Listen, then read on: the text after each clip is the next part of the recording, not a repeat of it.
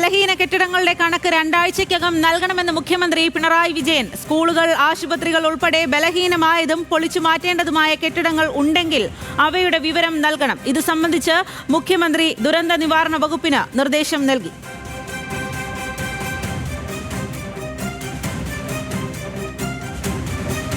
വിവരങ്ങളുമായി Hans John ആണ് ചേരുന്നത്. ഹാൻസ്, പലയിടത്തായി നിരന്തരമായി അപകടങ്ങൾ ഉണ്ടാകുന്ന ഒരു സാഹചര്യത്തിലാണ് മുഖ്യമന്ത്രി ഇത്തരത്തിലൊരു ഇടപെടൽ ഉണ്ടായിരിക്കുന്നത്. എന്തെല്ലാം കാര്യങ്ങളാണ് നിർദ്ദേശങ്ങളായി മുഖ്യമന്ത്രി മുന്നോട്ട് വെക്കുന്നത്?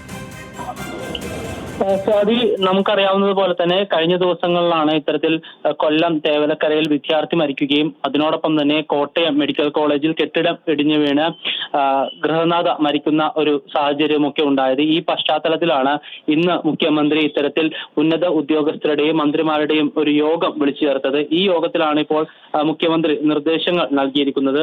സ്കൂളുകളിലും ആശുപത്രികളിലും ഉൾപ്പെടെ ബലഹീനമായതും പൊളിച്ചു മാറ്റേണ്ടതുമായ കെട്ടിടങ്ങൾ ഉണ്ടെങ്കിൽ അവയുടെ വിവരം 2 ആഴ്ചയ്ക്കകം നൽകണമെന്ന് ദുരന്ത നിവാരണ അതോറിറ്റിയോടാണ് മുഖ്യമന്ത്രി നിർദ്ദേശിച്ചിരിക്കുന്നത്. പൊളിച്ചു മാറ്റേണ്ടവ, അറ്റകുറ്റപ്പണി വേണ്ടവ എന്നിവ വേർതിരിച്ച് നൽകണം. പിന്നീട് ഈ സ്കൂൾ കെട്ടിടങ്ങൾ പൊളിക്കുന്നുണ്ടെങ്കിൽ അത് അവധി ദിവസങ്ങൾക്ക് മുൻഗണന നൽകി വേണം ചെയ്യാനെന്നും മുഖ്യമന്ത്രി പറയുന്നു. പൊളിച്ചു മാറ്റിയ സ്കൂൾ കെട്ടിടങ്ങൾ നിർമ്മിക്കും വരെ ക്ലാസുകൾ നടത്താൻ തദ്ദേശ സ്വയംഭരണ സ്ഥാപനങ്ങളും PTA-യും വിദ്യാഭ്യാസ വകുപ്പും പകരം സംവിധാനം കണ്ടെത്തണം.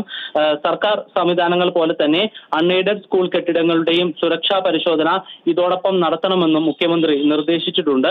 അപകടാവസ്ഥയിലുള്ള പൊതുകെട്ടിടങ്ങളുടെ വിശദാംശങ്ങൾ രേഖപ്പെടുത്താൻ സോഫ്റ്റ്വെയർ ഉണ്ടാക്കും. ഇലക്ട്രിക് കാര്യങ്ങൾ പരിശോധിക്കാൻ ചീഫ് ഇലക്ട്രിക്കൽ ഓഫീസർ, തദ്ദേശ സ്വയംഭരണം, പൊതുമരാമത്ത് വകുപ്പ് ഇലക്ട്രിക്കൽ എഞ്ചിനീയർമാർ ചേർന്ന പരിശോധനാ സംവിധാനം ഏർപ്പെടുത്തണമെന്നും മുഖ്യമന്ത്രി യോഗത്തിൽ പറഞ്ഞിട്ടുണ്ട്. യോഗത്തിൽ മന്ത്രിമാരായിട്ടുള്ള K. രാജൻ, ധനമന്ത്രി ബാലഗോപാൽ, PA മുഹമ്മദ് റിയാസ്, ശിവൻകുട്ടി, അതുകൂടാതെ തന്നെ ആരോഗ്യമന്ത്രി വീണ ജോർജ്, ചീഫ് സെക്രട്ടറി അടക്കമുള്ള ഉദ്യോഗസ്ഥർ പങ്കെടുത്തിരുന്നു. ഈ യോഗത്തിലാണ് ഇപ്പോൾ മുഖ്യമന്ത്രിയുടെ ഭാഗത്തുനിന്ന് ഇത്തരം നിർദ്ദേശങ്ങൾ ഉണ്ടായിരിക്കുന്നത്. സ്വാതി.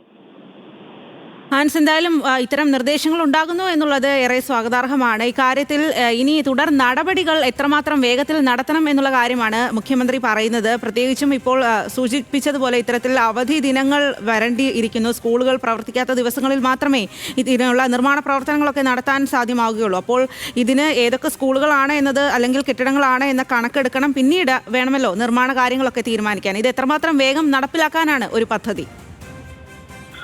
തീർച്ചയായും സ്വാതി, പ്രാഥമിക ഘട്ടമെന്ന നിലയിൽ 2 ആഴ്ചക്കകം പട്ടിക സമർപ്പിക്കാനാണ് ഇപ്പോൾ മുഖ്യമന്ത്രി നിർദ്ദേശം നൽകിയിരിക്കുന്നത്. സംസ്ഥാനത്ത് മാത്രം ഏകദേശം 14,000 സ്കൂളുകളാണ് പ്രവർത്തിക്കുന്നത്. ഈ സ്കൂളുകളിൽ എത്രയധികം സ്കൂളുകൾ ഇത്തരത്തിൽ അപകട ഭീഷണി നേരിടുന്നുണ്ട് എന്ന കാര്യത്തിൽ ഇതുവരെയും വ്യക്തതയില്ല. അതുകൊണ്ട് തന്നെയാണ് ഇപ്പോൾ ഇത്തരത്തിൽ ഒരു ഉന്നതതല യോഗത്തിൽ, ഇത്രയധികം മന്ത്രിമാർ പങ്കെടുത്ത യോഗത്തിൽ എല്ലാ വകുപ്പുകൾക്കും നിർദ്ദേശം നൽകിക്കൊണ്ട് സ്കൂളുകളുടെയും ആശുപത്രികളുടെയും അതിനോടൊപ്പം തന്നെ പൊതുകെട്ടിടങ്ങളും ഉണ്ടെങ്കിൽ അവയുടെയും ഇത്തരത്തിലുള്ള ഒരു ലിസ്റ്റ് നൽകാൻ മുഖ്യമന്ത്രി ആവശ്യപ്പെട്ടിരിക്കുന്നത്.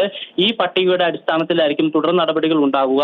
വളരെയധികം ബലഹീനമായിട്ടുള്ള കെട്ടിടങ്ങൾ ഉണ്ടെങ്കിൽ അവ പൊളിച്ചു മാറ്റാനുള്ള നിർദ്ദേശമായിരിക്കും സർക്കാരിന്റെ ഭാഗത്തു നിന്നുണ്ടാവുക. അതിനോടൊപ്പം തന്നെ അറ്റകുറ്റപ്പണികൾ വേണ്ടവയുടെയും ലിസ്റ്റ് വേർതിരിച്ചു നൽകാനാണ് മുഖ്യമന്ത്രി ഇപ്പോൾ നിർദ്ദേശം നൽകിയിരിക്കുന്നത്. അപ്പോൾ അതിൽ നിന്ന് മനസ്സിലാക്കാൻ കഴിയുന്നത് അറ്റകുറ്റപ്പണി നടത്തേണ്ടവയ്ക്ക് ആവശ്യമായ ഫണ്ട് നൽകേണ്ടവയുണ്ടെങ്കിൽ ഫണ്ട് നൽകുക, അല്ലെങ്കിൽ മറ്റെന്ത് സഹായമാണോ വേണ്ടത് അത് നൽകുക എന്നുള്ള ഒരു തീരുമാനമായിരിക്കും സർക്കാരിന്റെ ഭാഗത്തു നിന്നുണ്ടാകേണ്ടത്. പ്രാഥമികമായിട്ടും ഈ ഒരു ലിസ്റ്റാണ് ഇപ്പോൾ ലഭിക്കേണ്ടത്. അത് 2 ആഴ്ചക്കകം സമർപ്പിക്കാനാണ്. സംസ്ഥാനത്തെ ബലഹീന കെട്ടിടങ്ങളുടെ കണക്ക് എടുക്കാൻ മുഖ്യമന്ത്രി പറഞ്ഞിട്ടുണ്ട്. അതിൽ പ്രശ്നങ്ങളുണ്ടെങ്കിൽ പരിഹരിക്കാനുള്ള നിർദ്ദേശവും മുഖ്യമന്ത്രി നൽകിയിട്ടുണ്ട്.